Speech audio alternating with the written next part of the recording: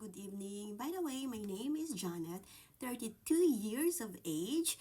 I decided to become a small content creator here in Singapore. Even though dati pa talaga gusto ko na talagang mag-content or gumawa ng mga video or anything nung nasa Saudi pa talaga ako. Pero nahiya talaga ako. Pero ngayon, since ang dami ko nung pinagdaanan. I mean, hindi ka magmamatured by age, pero magmamatured ka nga talaga by experience. So, legit na yon para sa akin kasi before hindi talaga ako naniniwala. Hindi talaga ako naniniwala sa kasabihan na gano'n. So, until naranasan ko na siya ngayon.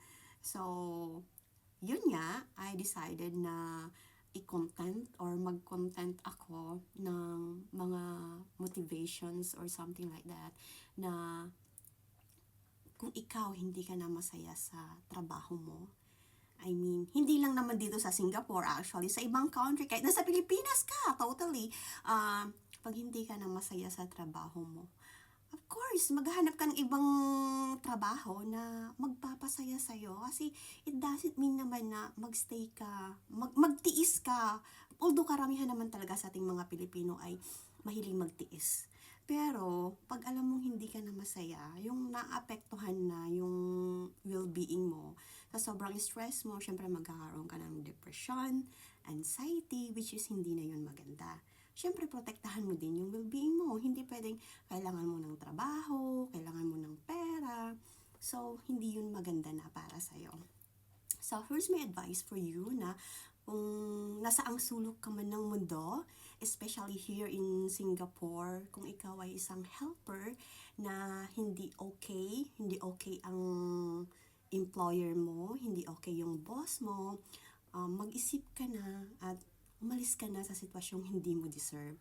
You should ask yourself na, do I deserve this? Do I deserve this kind of situations na hindi ka na masaya? So kung hindi ka na masaya, din why not? Diba? Umalis ka sa ganong sitwasyon. Lots of opportunity actually, lalong-lalo na dito sa Singapore.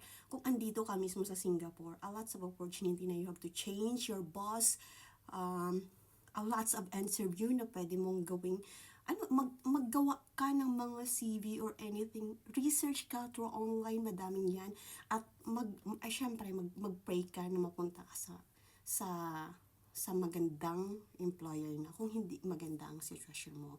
Kasi most of dito sa Singapore is hindi ko naman nila lahat. Kasi hindi ko naman sila kilala lahat actually. So it's based lang on my experience na